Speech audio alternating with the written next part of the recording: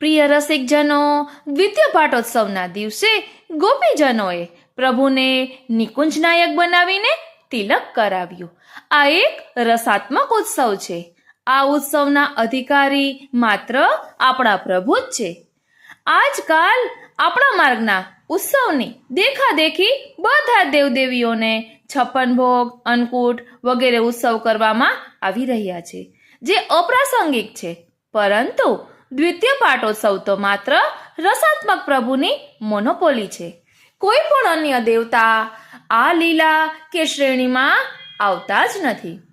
40 દિવસ હોળીની લીલા કરીને જકજોરી પછી ગોપીજનોએ પ્રભુને નિકુંજ નાયક માની સર્વસ્વ સમર્પિત કરી દીધું.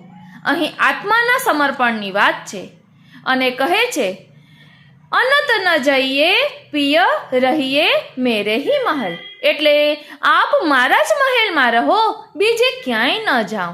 તો આ મહેલ એ કયો મહેલ છે? તો એ મહેલ એ હૃદય મહેલ છે. કહે છે, શૈયા, સામગ્રી, વસ્ત્ર, આભૂષણ તમામ વ્યવસ્થા હું આપને અહીં કરી રાખીશ.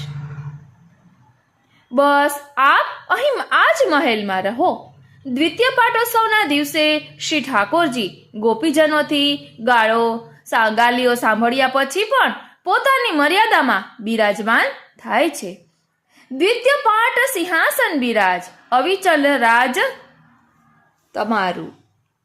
આ દિવસે શ્રી ઠાકોરજી ફરી પોતાના પાટ પર બિરાજે છે.